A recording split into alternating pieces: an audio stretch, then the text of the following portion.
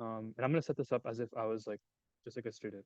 So we're gonna go to module 13, which is the SML stuff. And if you look at milestone 1, that page has the instructions for the project.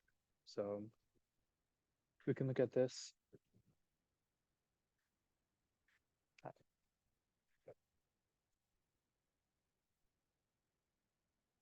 Okay,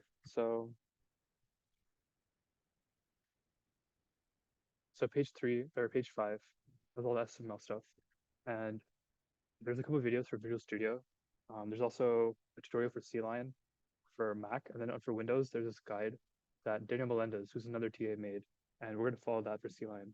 I'll start with Visual Studio, and for this, I want to stress that you guys follow this really exactly for Visual Studio because basically it's really easy to miss one little thing in this setup and have it not work. So just make sure that you are following this like to the T pretty much. And I'm gonna like post a recording of this later too. So if you think you missed something, you can just go back and like follow step by step exactly what we did. So the first part is to get like the download for the SML library. So if you're at lecture yesterday, then Professor Cruz talked about how like sometimes when you're installing these kind of libraries, there isn't always like an easy to interact with interface that just like installs everything for you. This is one of those cases. Um, so we're gonna have to like download these zip files, okay, and then edit some configurations in our compiler that will let us access them and use them, sort of. So this first part is all gonna be Visual Studio. Okay, so if you're in CLion, then I'm gonna do that completely later. I just want to make sure the two are completely separate. Okay, so if you're doing Visual Studio, go to this page. It's just the 2.5.1 download for SFML. I think if you want to do 2.6.1, it should also work. That's like the latest version, but in our version of the instructions, we just have 2.5.1, so it shouldn't matter which one you work with. Um, we're gonna install Visual C++ 15 2017 64-bit. I'm assuming everyone's gonna have like the latest version of Visual Studio Code or Visual Studio, and even if yours is like 2022, it should still work basically. So just make sure you grab this latest version. Okay, we're gonna download this. So it's going to send this download link to our download folder, okay? And we'll wait for that to install. I guess Wi-Fi is going to be a little slow. Um, but yeah, in the meantime, we can sort of, I guess, preemptively look at how we're going to set up our project. Okay, and again, this part is actually really specific in like terms of how you're actually like setting up the project in Visual Studio and like um, opening the configuration, if that makes sense. You have to be particular about it because I was helping people earlier, and if you don't open the project in a very like certain way, then it might not work. Which doesn't make sense now, but you'll see what I mean. Um, yeah, so we just have to wait for this to download pretty much. Um, but yeah, let's look at Visual Studio. So we're gonna do this, and we're gonna make a brand new project. So create a new project, and then we can call this. Make sure it's empty project C++, right? Hmm? You don't see? Okay, yeah, I think it's my browser. Thank you. This is my screen. Okay, yeah. So again, I'm opening Visual Studio, and I'm just doing new project. Okay, empty project. And then you can name this like Minesweeper or whatever you want. And then make sure this box is checked. Place solution and project in the same directory. That's pretty important. It might not automatically be checked for you, so make sure that that's checked. And then you're gonna do create. Okay. I already have something named that. That's fine. So I'm gonna name this Minesweeper 2. I don't really know. Actually, I'll name it Minesweeper. Huh? Capital M? No, you can't do that either. It's like it doesn't let you. Let's do like M1 for milestone 1. Because this is going to be milestone 1 pretty much. Milestone 1 is just installing SFML and then um, like I think it's taking a screenshot of your like demo to like show that you have it installed. That's all this is. So I'll do this. Um, create,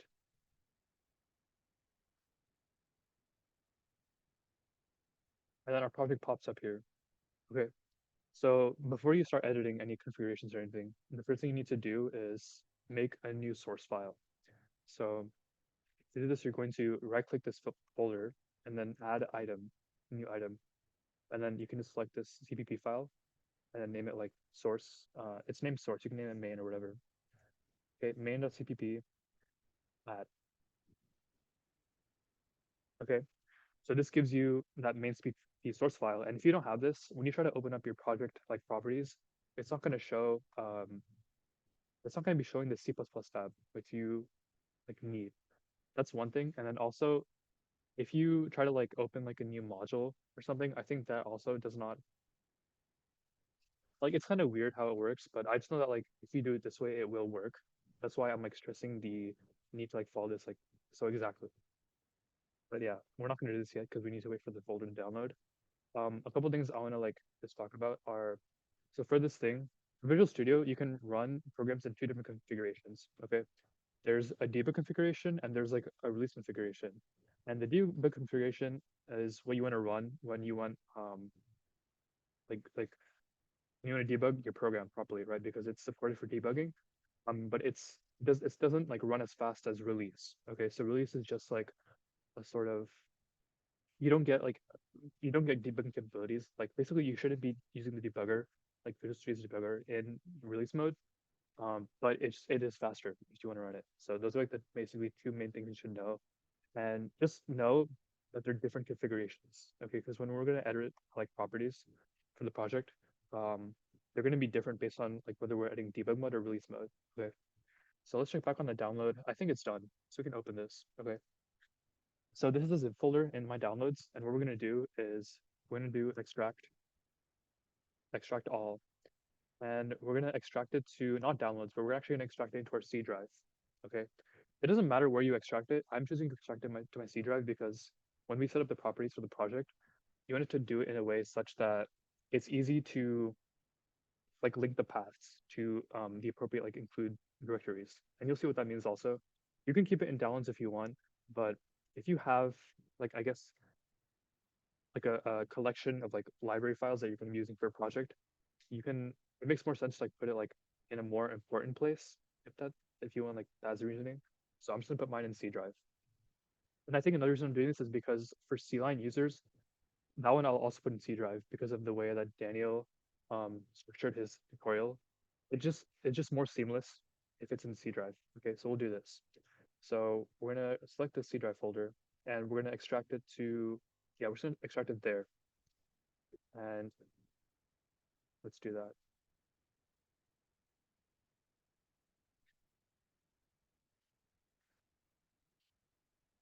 So yeah, that'll just take a second.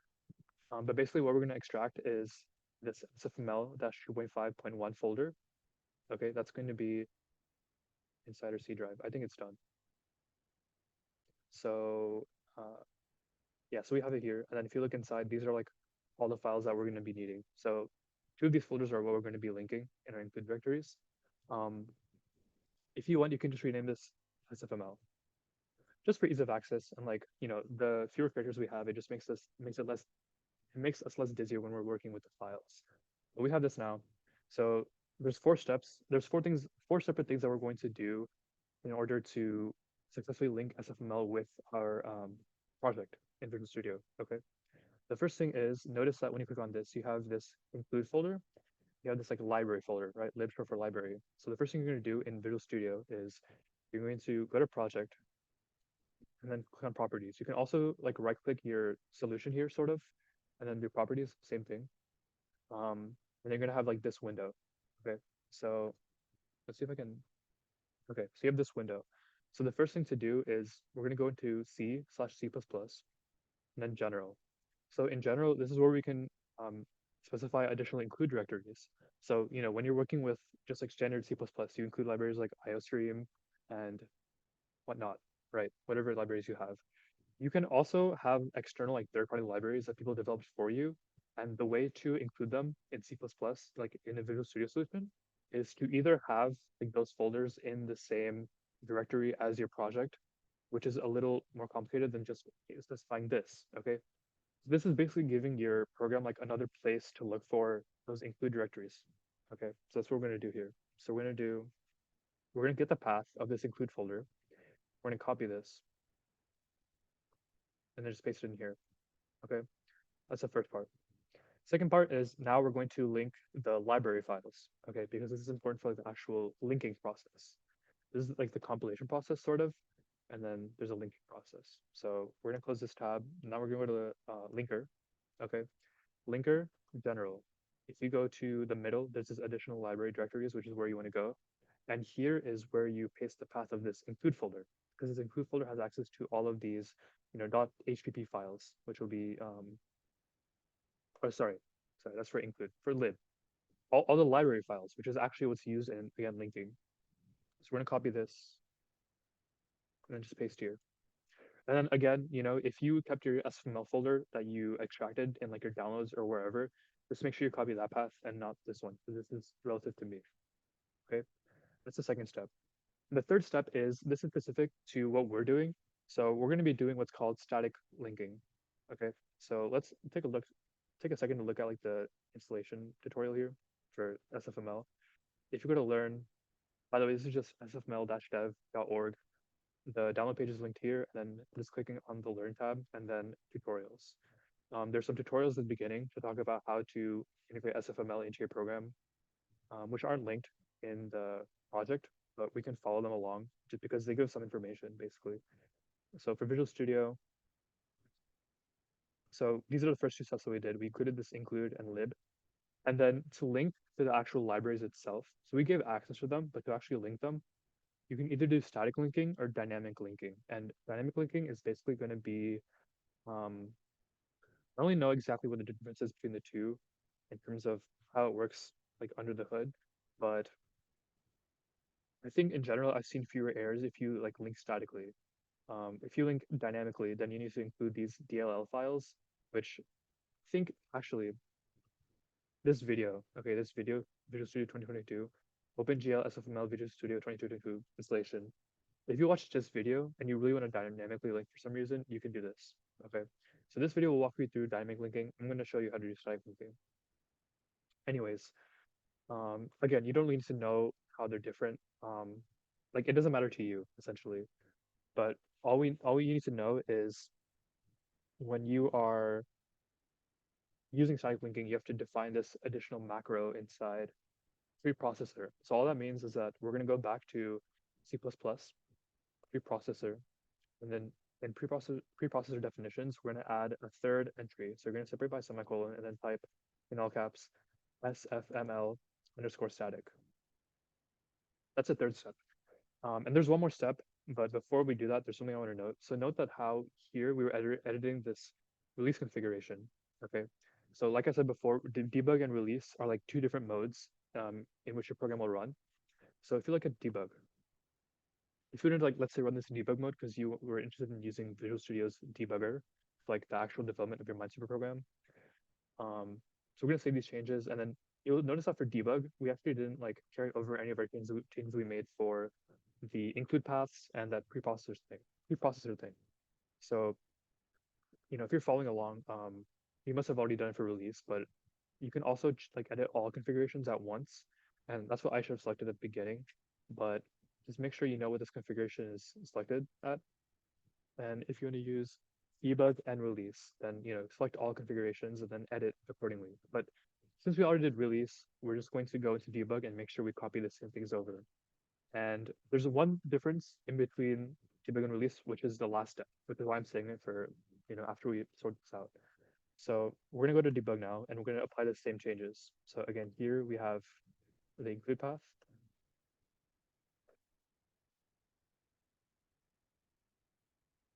And then in preprocessor, we have SFML underscore static.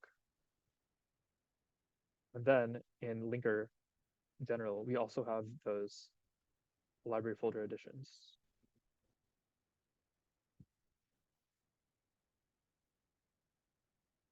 Okay, so now if we look at all configurations now, it should show the same for all of this. This doesn't matter.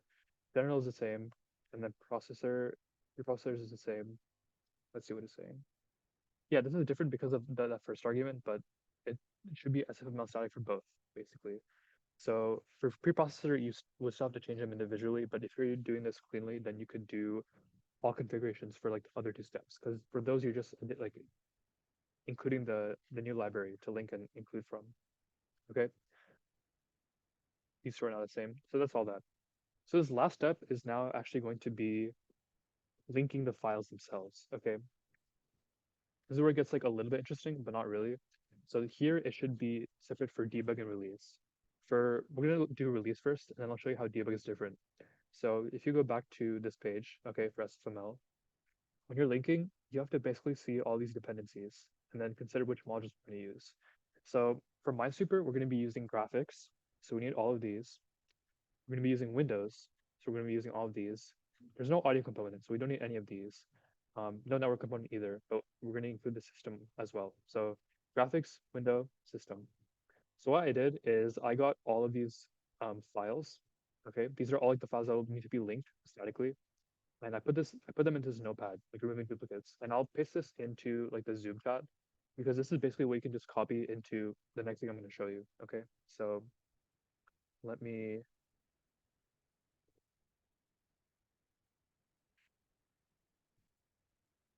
so these are the 7 static library files that we're going to be linking now. And I'll show you how to link this. And then for debug mode, they're going to look a little different. And then I'll show you how to link that. Okay, so if you go back here and then we have this copy to our clipboard. So now I'm just going to go into additional dependencies, click this drop down, and then edit. Okay, so we're not going to touch anything that's there. We're just going to add the new linker files, which we're now linking. And this is in release. So make sure that you're doing this for release. Okay, so it's going to be those 7 files.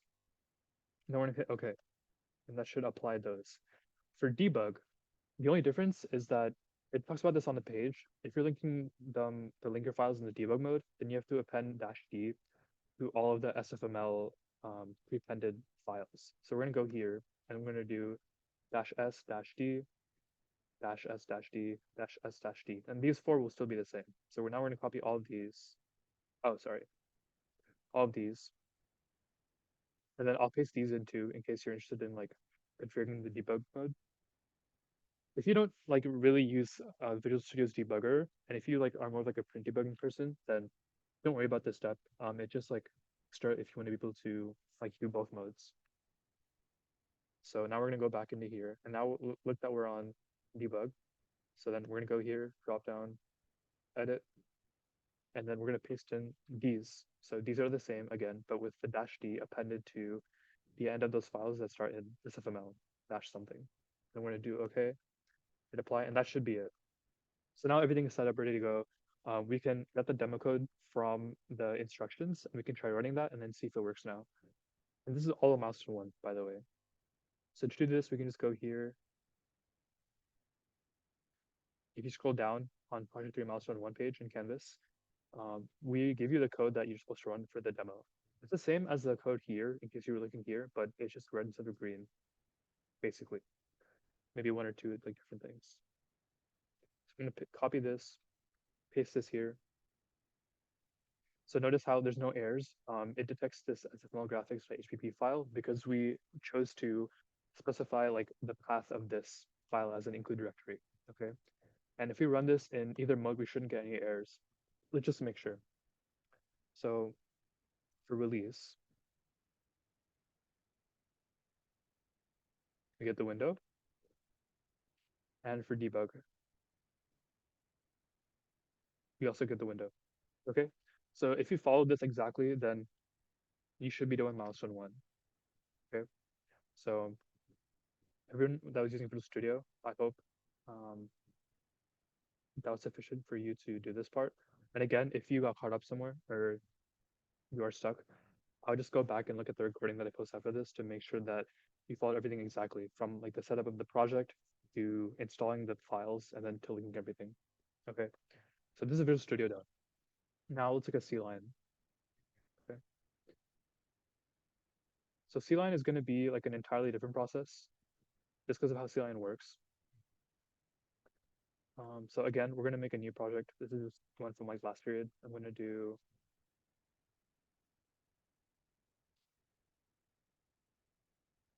name this Minesweeper. I would recommend naming this Minesweeper for sure, because the way that Daniel set up his make file The makefile as in like we're gonna paste into CMake lists. It's I don't think it actually matters that much to be honest, but I would just name it Minesweeper. Anyways.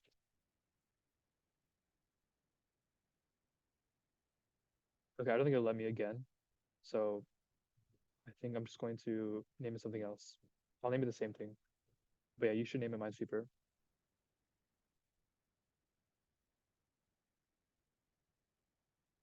Okay, this is a brand new project, and again, I haven't configured anything. Um, and we'll see how to go about that.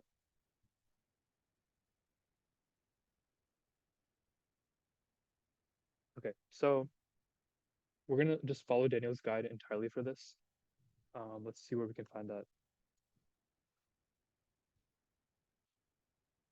Again, it's on page 5 of the instructions. And just scroll down to here, and then Windows blog post by Daniel Melendez, peer mentor. Okay, so the first thing you want to do is, so first note that the installation is going to be different. Okay, so when we go to the download folder, and again, I'm going to download from 2.5.1, but you can download from 2.6 if you want. It's just a newer version. Again, doesn't really make a difference. We're going to be downloading this UCC version instead, plus an additional compiler version for MingW, because again, CLion is just different from Visual Studio in that regard. You need to install the 7-zip utility. What 7-zip is it's just an unzipping application that like unzips certain files, and one of the files that's included here is in like .7z format. So it's specifically only like unzippable by extensions like these. And it's really simple. You just go on 7-zip, it's free. You can download the version corresponding to your um, OS. So if you're Windows 64-bit, you can just download this link and then it'll download it for you. And then it's just like a standard installer. Okay, it's just like a utility. Make sure you install this. I'll give you guys like a few minutes to install it if you want, whoever's on CLion, and then I'll like continue. But basically what we're gonna do, like if you want to wait for that to install, um, you have to, so the next part is to download like 2 files on this page. So we can look at the screenshots here and it shows us which files we should download. So the first one is this MingW builds 7.3.0, so it's 4-bit. That one is found here. So under the thread text on the download page, there's 3 links. The second one is what we're going to be needs to be, or the third one. The third one is what we're going to be using because it's 64-bit. So we're going to download this. And this sends us to SourceForge. It'll download it in a few seconds. Just wait like 5 seconds, and then it'll go. And then you can see that it's like it's a .7z file. Where is it? Yeah, it's .7z. So that's why we need that's what we need 7zip for. And you can download that, and then you can go back. And then the next file you need to download is this binary, which is GCC 7.3.0 MingW SEH, which is this last one over here. Okay. And then you're gonna download that. Yeah, so now it's just kind of a waiting game until it's to download. Yeah, the internet is really bad today because of the rain, I think. So, you know, we just wait. Um, we can look at some of the other stuff in the instructions until then. If you're new to CLion on Mac, there's this video on YouTube.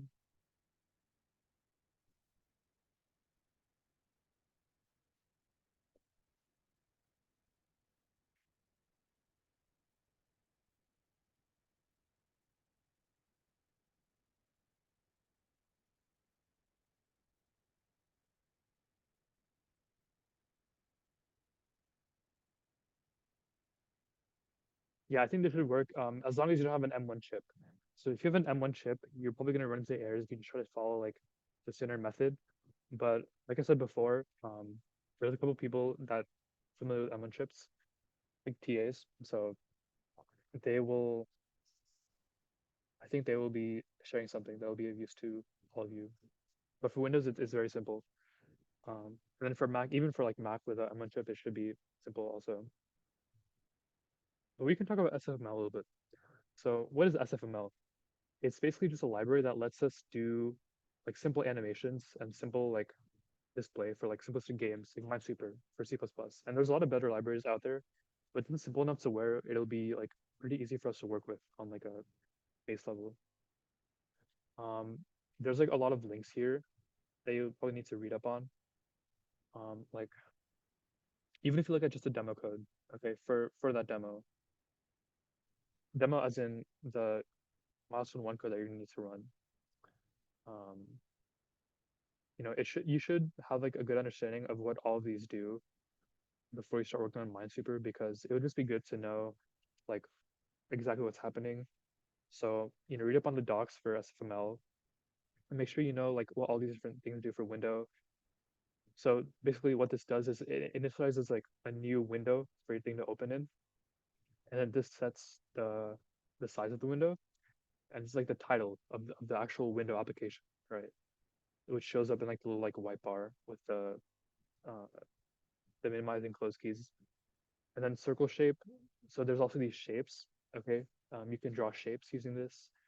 And this is like what's called an event loop. So this is like the basis of your program.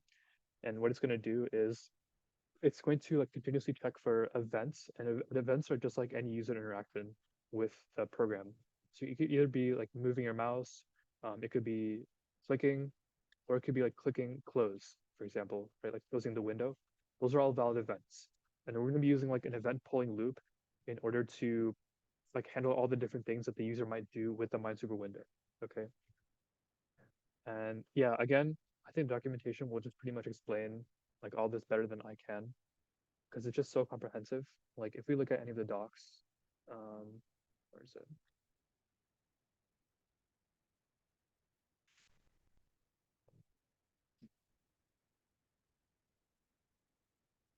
Oh, also, play Minesweeper because you should know.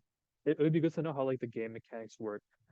Um, even if you even if you be like bored by it, I think you should still do it just because like it's really important to like know what you should do. Um, because otherwise you're just kind of going in blind based on the instructions.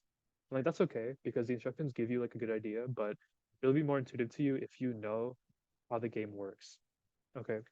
So play like a few rounds of Minesweeper, just like see how like the mine and the number mechanics work. And then once you do that, you can read up on the instructions and maybe you can sort of map out at like a very high, like abstract high level what you're gonna do. Okay. So you can play the game and then be like, okay, so you can section it into different things. So like there's like the window component, which has like the game window and like showing all the game stuff. There's the drawing component, which is where you need to like draw all of the different sprites, all the different images and such.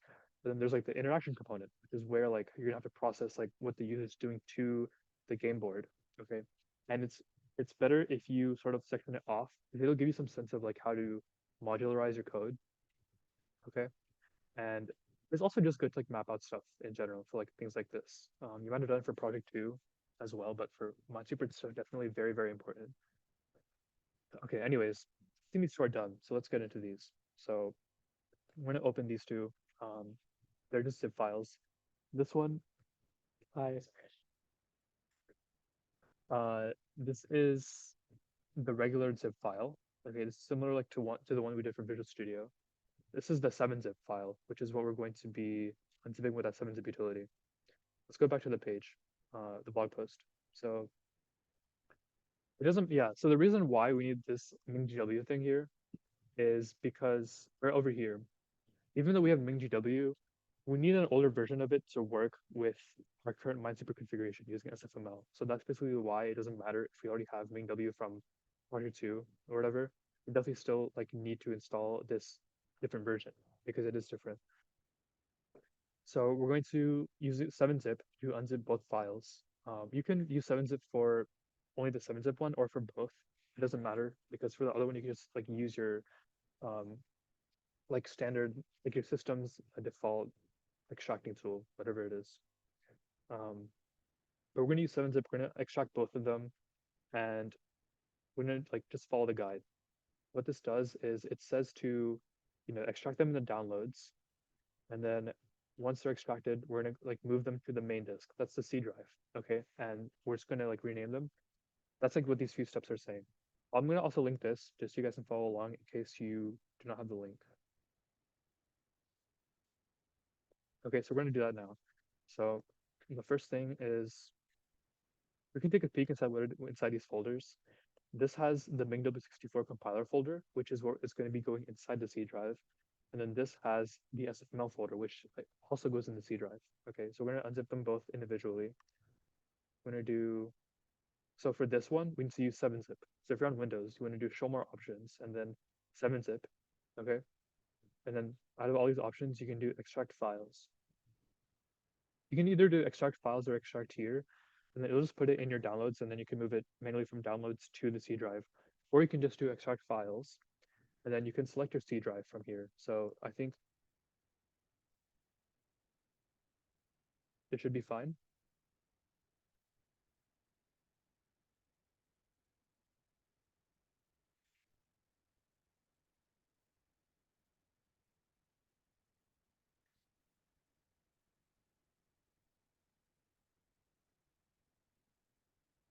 Huh? Um, yeah, so we have this now. So we actually don't want to have this folder inside because, this is going to make us dizzy again. We only care about the folder inside. So we can just actually copy this, go back into our C drive, paste.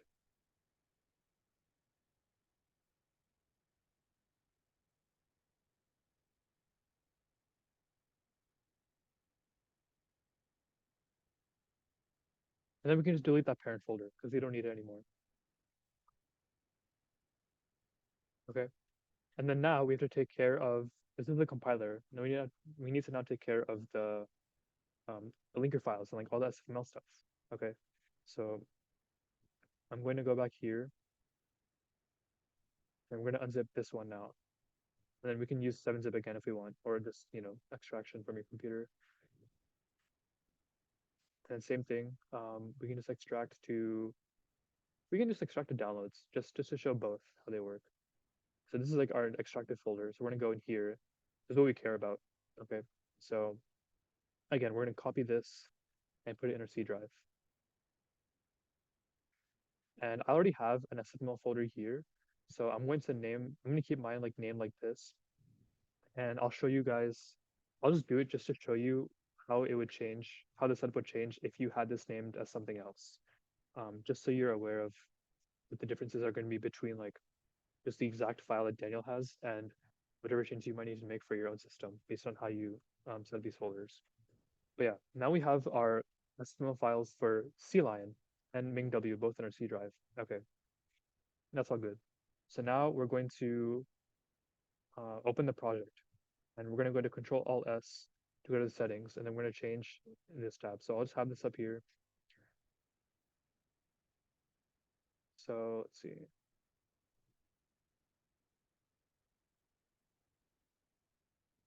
Make it small. So we're going to do Control Alt S.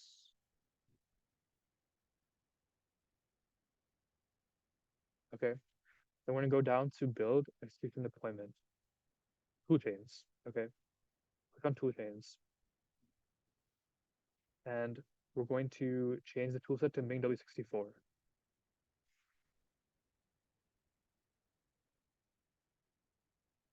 Oh, wait, sorry. And then we're going to change this folder to detect, because for me, it's not detecting because I set this up earlier and I deleted it.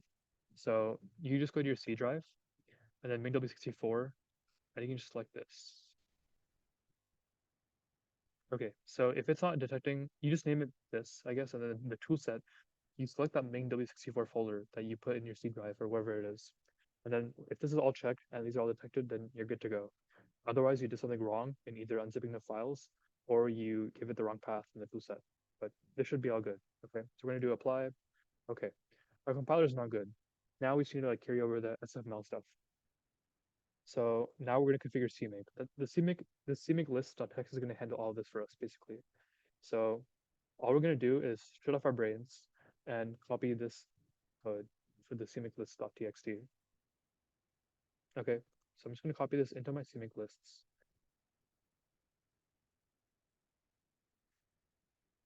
So notice how like this is the project name. So if you didn't name the folder Minesweeper, replace Minesweeper and then code above to whatever the name of your folder is. So our folder is called this. So I'm just going to replace every instance with Minesweeper underscore M1. But then this is the executable. This is like the command that like makes it renames the executable to this, and then it uses this to compile. So we don't need to change it here. And then I'll change it here as well. But again, it shouldn't really matter. I'll change it everywhere just to be consistent. Make sure they're all named the same. But I'm gonna actually just keep it as Minesweeper just to see if it would still work, regardless of whatever you name your project. And then what we're gonna do is these set directories. This one links to SFML, and this one links to your include directory. Um, so just find those directories inside your file system because they might be somewhere else because you might have named it something else. I know that for me, I just named it SFML-2.5.1. So I'm just gonna find that directory and then make sure I change it out. So I'm here. I named it this. So we need the lib/cmake slash SFML path. So that one's going to be lib cmake SFML. There's only one folder in there. We just copy this and replace this. And CLion doesn't like backslashes. So if you copy directly from Windows, like the path, it might be forward slashes. So make sure it might be backslashes. Make sure you change it forward slashes. Because forward slashes work on every system, backslashes only work on Windows. And CLion is like sort of CMake lists at least is like sort of Linux based if you want to think about it like that. So same thing for include directories. So we're going to go to SFML, include SFML, copy this,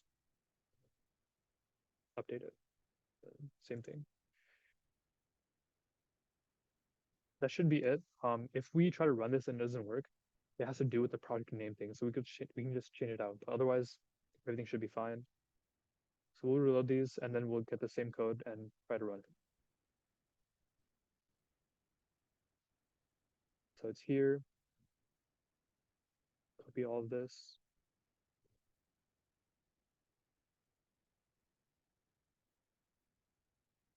And again, this is included properly, which is good. And now we just have to run it and see if it works. Yeah, and there you go. So again, this is all you have to do for milestone one. And if you set it up exactly in this way, with CLion, with building the project here, there wasn't really much um, specificity in like how you're supposed to build it because it just all you would do is do like file, new project, and then there are many options from there. I think you just do create. But in Visual Studio, you have to look at like the make solution and project in the same folder. And honestly, I'm not entirely sure if that could be the source of an issue, but I do know that I have had someone before who wasn't selecting that. Really fixed a couple things, and then including selecting that, and then it did work. So I wasn't able to isolate down to like whether that actually makes a difference, but that should be enabled by default, anyways. So yeah, so for here the main thing is just making sure that you set up the files in your directories properly. But thanks to Daniel, we can just paste this convenient thing in and then just change the paths to match our paths. Um, that's pretty much it though for CLion and Visual Studio. So yeah, was anyone unable to replicate that on their end for whoever was like following along?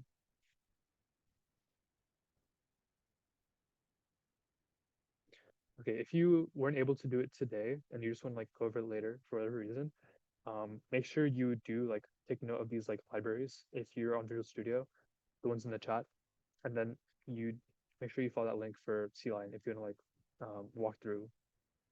Um, yeah, that's pretty much all I have. And again, for Mac, we'll give you guys more resources later for setting up. And there's also some people with Macs and M1 chips have it set up. There'll probably be a lot of discussion on Discord as to like certain errors.